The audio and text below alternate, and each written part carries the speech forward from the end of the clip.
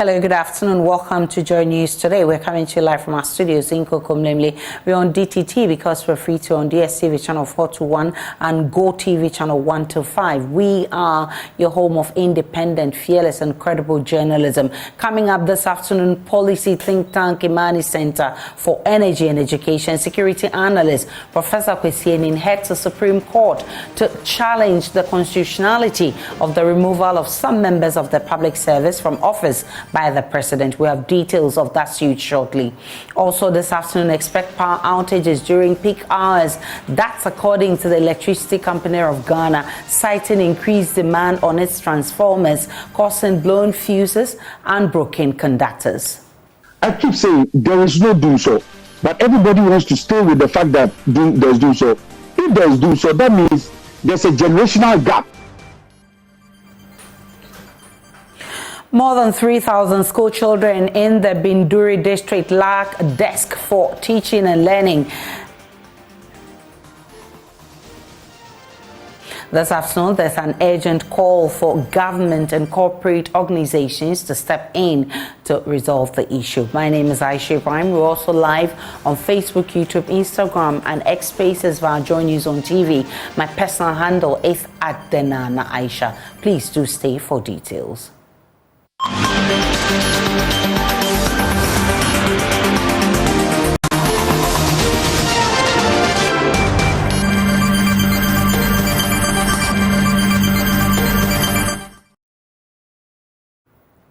More than 3,000 school children in the Binduri district of the Upper East region do not have desks to sit on for classroom instructions. This is according to the district chief executive, Ayenga Abangri Yakubu, who is calling on government and corporate organizations to help. He was speaking to Joy News after during a presentation of 500 dual desks to the district assembly to be distributed to some basic schools in the area. Correspondent Albert Sori has more.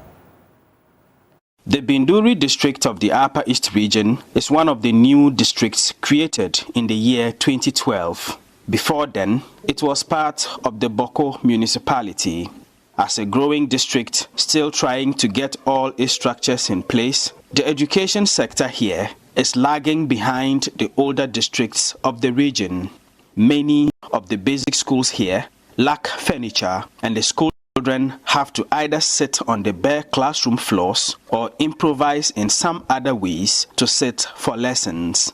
According to the district chief executive, Ayenga Abagri Yakubu, the furniture deficit in basic schools in the Binduri district is about 3,400. From the GS last year, beginning of last year, and director actually gave me, and the number was about 3,400 or so. And as we are procuring, then we still have the needs. It is increasing because as we have just procured this like this, you go and because of one single nail, they will abandon that desk. So when you go to the school, some of the schools you see, especially the metal ones, you see the guests because of a screw, they will just park it somewhere. The National Petroleum Authority, NPA, has donated 500 dual desks to the Member of Parliament for the Binduri constituency, Abdullahi Abanga, who has in turn presented the furniture to the District Assembly to help reduce the furniture deficit in the schools. The NPA made the donation in response to a request the MP made to them for support. Alice Atubiga presented the furniture to the District Assembly on behalf of the MP. Petroleum Authority has done a great job for us because we have issues and we always run to them for support, and they are always willing to support us. We want to say a big thank you to them on behalf of my district chief executive and my MP, Honorable Abanga Abdullahi. I've also seen pictures of dilapidated schools in the constituency, so I would like to encourage benevolent organizations who are interested in education to also come and renovate such schools for us. All these things motivate the children, and the environment they learn in. All these things will encourage them and motivate them to learn better. Some of the school children were excited to finally have furniture for their classrooms. When we come to class, we lie on the floor. We don't feel comfortable. But now that this furniture has come, it will help us in our our studies. We thank National Petroleum Authority for this furniture for us to sit on. The district chief executive said the dual desks will be distributed to 3 schools that are in dire need of them. He, however, appealed for more donations of furniture to cater to many more school children in the district. For Joy News, Albert Sori, Binduri. Deputy Minister Designate for Health Alexander Kwesi-Arquah has told Parliament Appointment Committee that there's still public confidence in the National Health Insurance Scheme. The NHIS have come under scrutiny following several complaints by beneficiaries. Joy News' ongoing series on the NHIS has confirmed some of these complaints of patients, including out-of-pocket payments for various services at health facilities.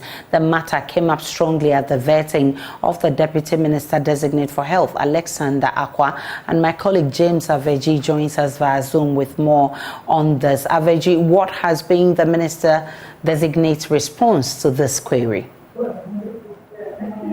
Well, Aisha, I think the Minister Designate, Deputy Minister Designate, thinks that yes, he accepts that there are challenges with the National Health Insurance Scheme, especially with funding, and that is leading to the challenges we have seen over the period.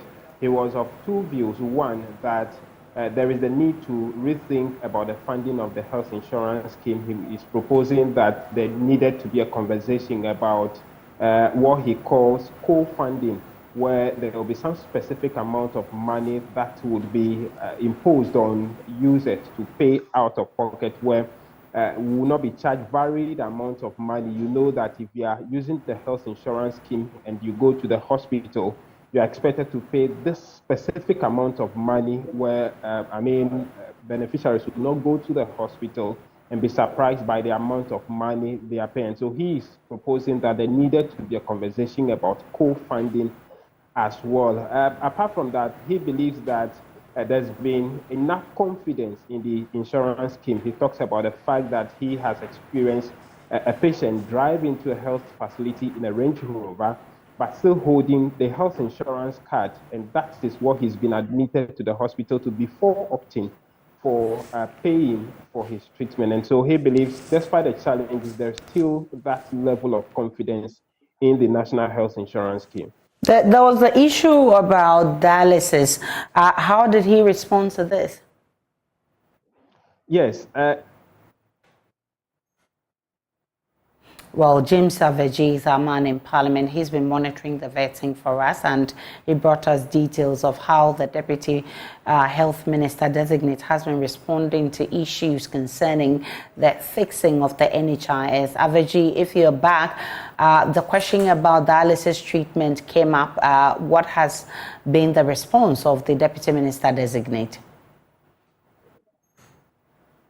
His response has been that we need to strengthen, again, the health insurance scheme to get to a level where it can pay for dialysis. He bemoaned the fact that recently facilities had to go through challenges until government stepped in to pay some.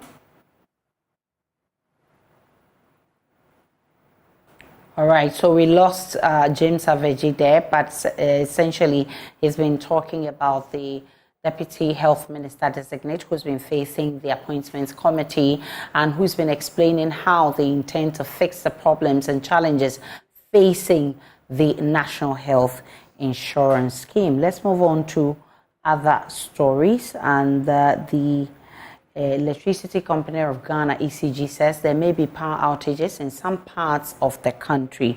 It says that especially during peak load periods between 7 and 11 p.m., as it says, increased demand has resulted in blown fuses and broken conductors of its transformers. A statement issued by the power distributor reads, and I'll be sharing that shortly with you on the screens. It's been explaining why this will happen. Before we get to that statement, let's listen to the Managing Director, Dubik Mahama.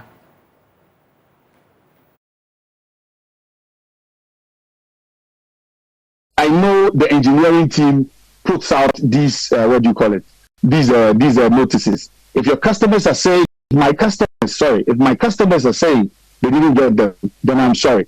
but all maintenance schedules are put out there. I keep saying there is no do so, but everybody wants to stay with the fact that there's do so.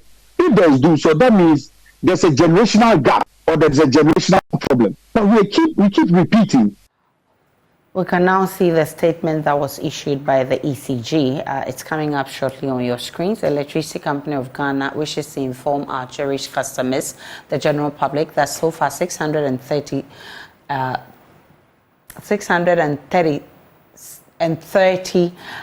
distribution transformers within communities across our operational areas have been identified to be full to capacity due to increased demand. The situation may result in blown fuses and broken conductors, causing outages, especially during the peak load period in the affected areas. However, we wish to assure our customers that transformer upgrading and new projects are ongoing to relieve these transformers to ensure a more reliable power supply. Customers within the underlisted communities are therefore advised to report any localized outage or voltage fluctuations at the ECG call center or reach us on our social media handles for prompt rectification. Come in.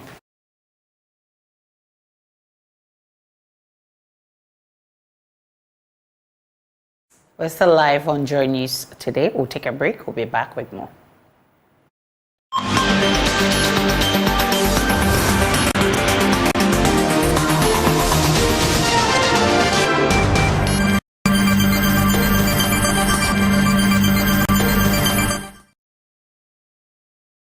Welcome back to Joy News today. Policy think tank Imani Center for Energy and Education Professor Kwesi Enning have filed a suit at the Supreme Court challenging the constitutionality of the removal of some members of the public service from office by the president. The two contend that such termination of the appointment of the IGP, the Controller General of the Ghana Immigration Service, the Chief Fire Officer and the Director General of the Prison Service by the president are unconstitutional and should be declared as void. Head of our legal affairs desk, Richard Kwejanyakon, has a copy of that writ and joins me in the studio with more. What's the nature of the relief that they are seeking?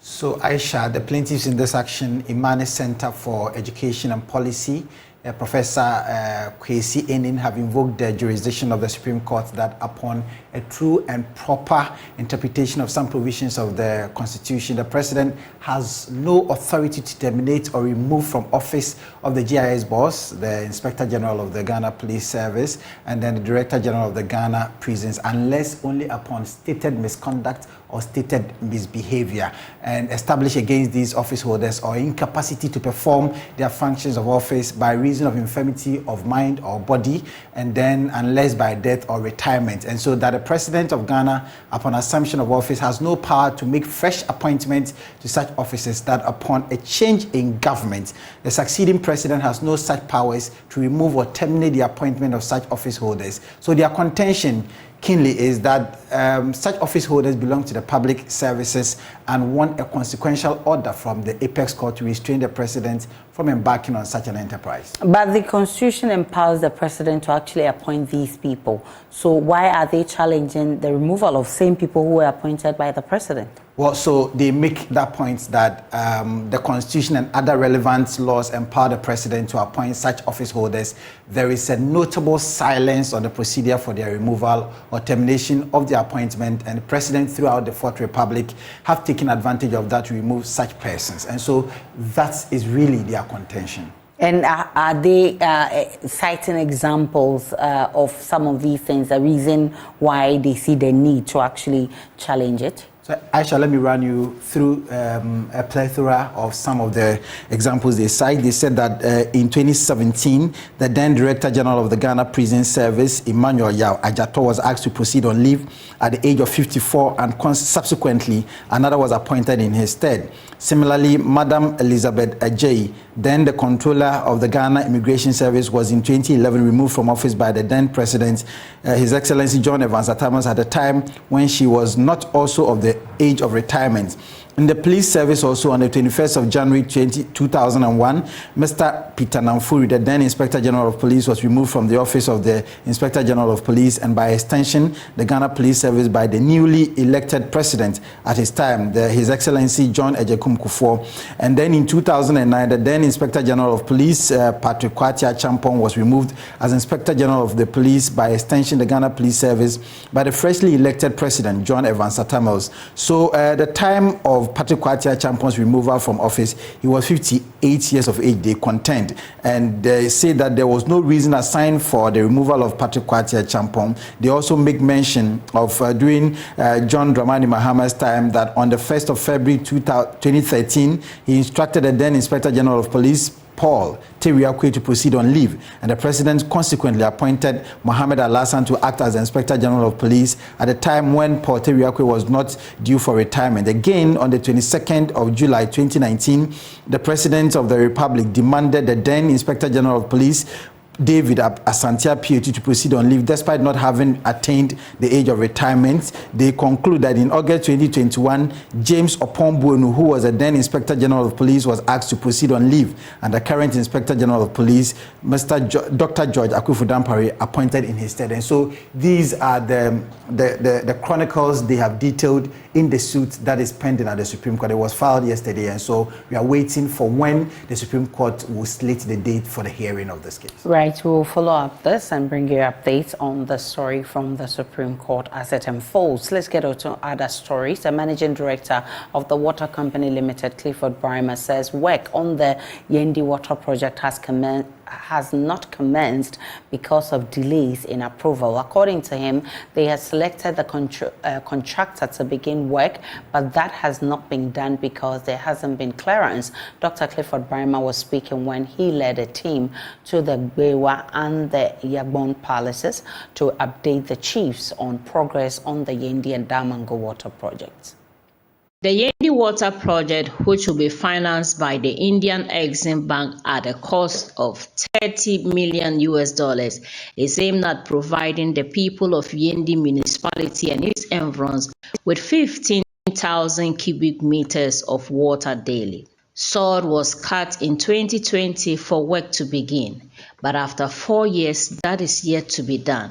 It is against this backdrop the MD and his team were in the area to update the chiefs on what they had done to improve the water supply to homes in the area. Speaking at the Gbewa Palace, Dr. Clifford Brymer said the contractor should have been on site last year. Our country currently is going through some financial challenges. The project that we were supposed to undertake here was being financed by the Indian Exim Bank. We've finished everything, we've selected a contractor, we've written to them to give us no objection for the contractor to move to site. Last year, the contractor should have been here working, but unfortunately, we have not gotten the approval to ask the contractor to come to site. The Yana Abukari II, whose speech was translated by the Public Relations Officer of the palace, said his concern was how to get potable water to his people. He also touched on the issue of the boreholes, that putting up the boreholes will help a lot because currently we have to make sure we get a way of resolving the matter, even temporary, before the Ngane Sabare project. His Majesty is saying that he's not interested in Ngane Sabare water, but his interest in getting potable water for his people. On the Damango Water Project, an engineer of the project, Dr. Daniel Anuba, explained how the water would be treated and transmitted to the Damango Township. Whereby we're going to treat the water, as you can see from the artesian well, with this treatment plant here, send it into a reservoir, a ground level reservoir, and then transmit it into Damango town, where it will be distributed for the entire Damango community, as described earlier on. Now you can see that this artesian well actually gushes out about 18 cubic meters per hour of water, and it is 24/7 throughout the year. It comes out, water flows out. So it means that it will be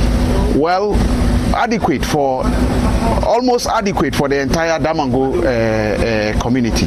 However, the water has some levels of hydrogen sulfide, which brings out pungent smell. This smell is pretty bad. And it also has some traces of fluoride and then heavy metals. So it is expected that with this treatment plant here, we are going to strip off the hydrogen sulfide. We will also remove those fluorides as well as the heavy metals which are in the water. Agbonwura Bikunutu Jewu Swale, whose speech was also translated, said he was encouraged with the information he had received. When the water finally comes, that will be the time he will smile the biggest. But the information that has been provided this morning, in fact, he received it wholeheartedly. Speaking to the media after the tour, the MD of the Ghana Water Company, Dr. Clifford Bremer, said these areas should be receiving water by the rainy season. I was indicating that it is possible by the rainy season this year, we should get this thing completed so that people can begin to get clean water in Damongo. And so we are not giving a specific deadline, because deadlines are given with assumptions. If all things being equal, this is what will happen.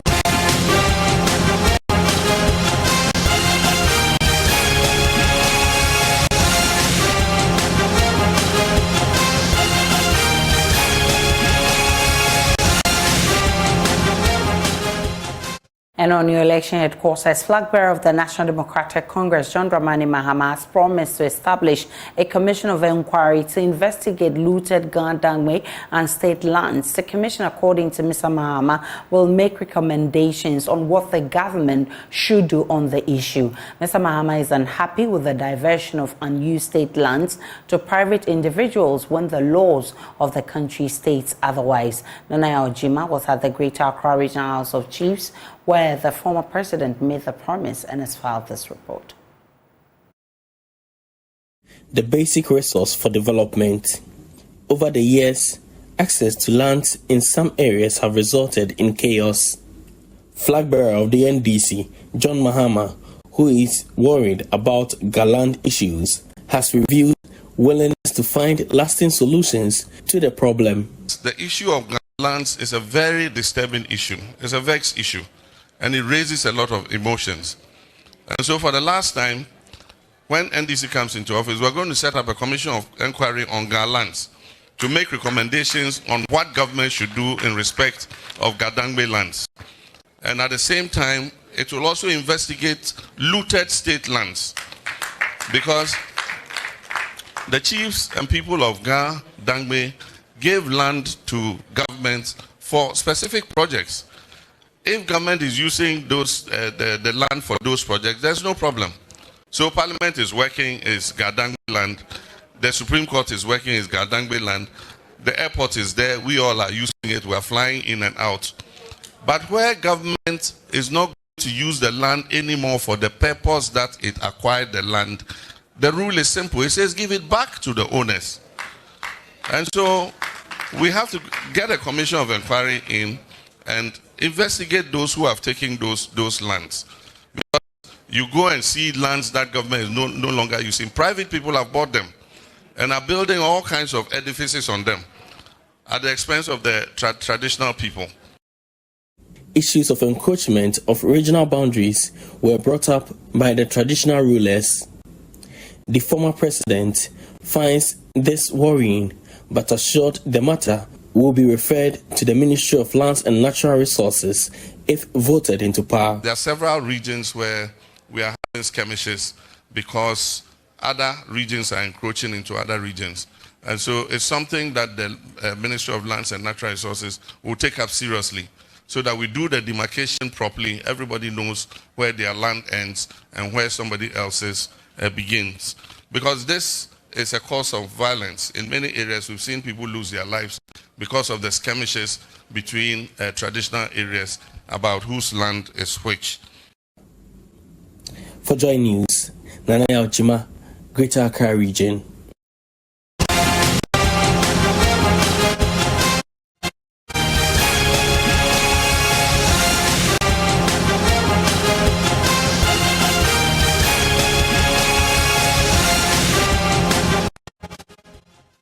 The Ashanti Business Owners Association has expressed dissatisfaction with a supposed anti-smuggling operation by a joint task force of the National Security, the Food and Drugs Authority, the Three Crops Development Authority, and Customs. The task force stormed the Central Business District of Kumasi to seize vegetable cooking oil brands believed to be unlicensed and smuggled into the country. But affected business owners are calling for rather stringent surveillance at the ports and harbors.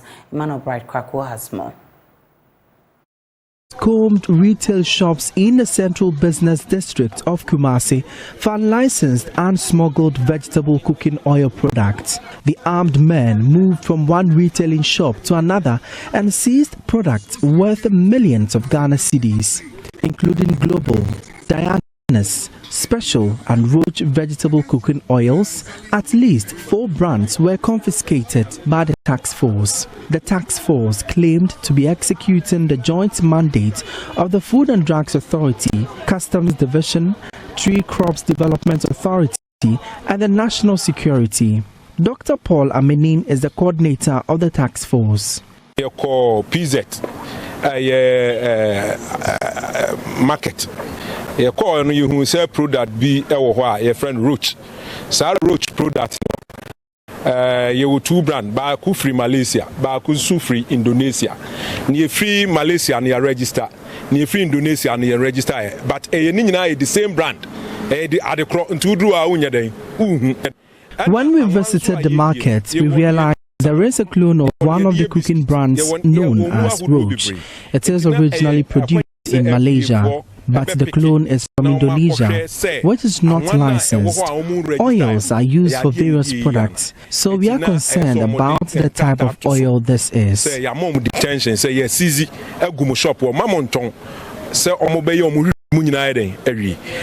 But the Ashanti Business Owners Association is distraught and unhappy with the development.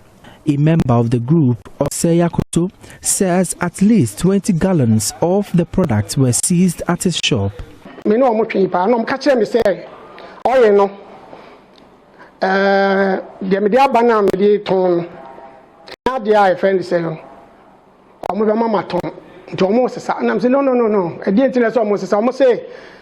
Unless I provide duty paper. And me and them, me so me torn, me buy me torn, obi ho, I import ho, and I'm a free importer. Me say, oh you know what I contacted the person I imported the goods from to send me his import duties receipt, which he did. But the task force went ahead to seize the oils. This is what baffles me. We're still live on Joy News today. Let's take a break. When we return, there's business.